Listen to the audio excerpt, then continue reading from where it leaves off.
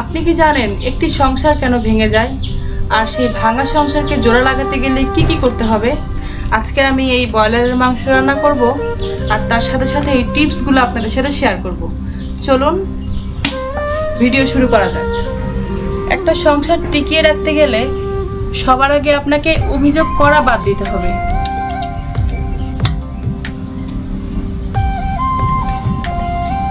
নিজের খুশি তার কাছ থেকে চাওয়া বাদ দিতে হবে। কঠিন না ব্যাপারটা? একটা সংসার টিকিয়ে রাখতে গেলে সবার প্রথমে আপনাকে অভিযোগ করা বাদ দিতে হবে এবং আপনার নিজের খুশি তার কাছ থেকে চাওয়া বাদ দিতে হবে, প্রশ্ন করা বাদ দিতে হবে। কঠিন না ব্যাপারটা?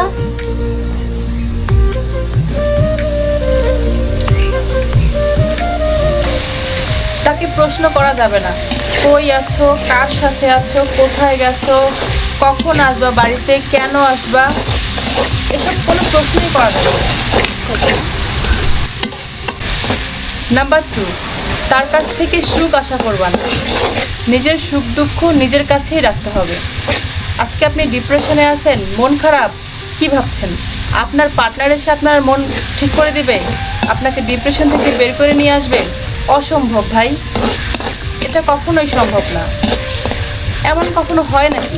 তরে কইছে আমার মন খারাপ, কেন জানি ভাল লাগতেছে না, আমার জামাই বা বউ এসে এইসব ডিপ্রেশন দূর করবে, এটা ভুল ভাবনা। এটা কখনোই সম্ভব না। তোমার মন খারাপ, তোমার শরীর, তুমি এটাকে মেনটেন করো। অন্য কেউ কেন ঠিক করে দিবে এসে? অভিযোগ করা বাদ দিবেন, নিজের সুখ তার কাছ থেকে খোঁজা বাদ দিবেন। তখন আপনার জীবনে সুখ আসবে। একলা যখন থাকবেন তখন মনে করেন যে আপনি ডিপ্রেশন থেকে দূরে থাকবেন এবং আপনার সংসারও কিন্তু টিকে থাকবে, সংসারে কোনো অশান্তি হবে না। এগুলো হলো মূল টিপস।